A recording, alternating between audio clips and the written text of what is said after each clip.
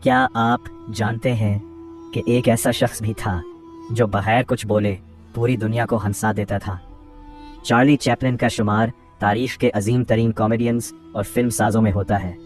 وہ 16 اپریل 1879 کو پیدا ہوئے۔ ان کا بچپن انتہائی غربت میں گزرا اور کئی مشکلات کا سامنا کرنا پڑا، لیکن انہوں نے ہمت نہیں ہاری۔ چارلی چیپلن اپنی چھوٹی مونچھوں، ٹوپی، چھڑی اور منفرد انداز کی وجہ سے پوری دنیا میں مشہور ہوئے۔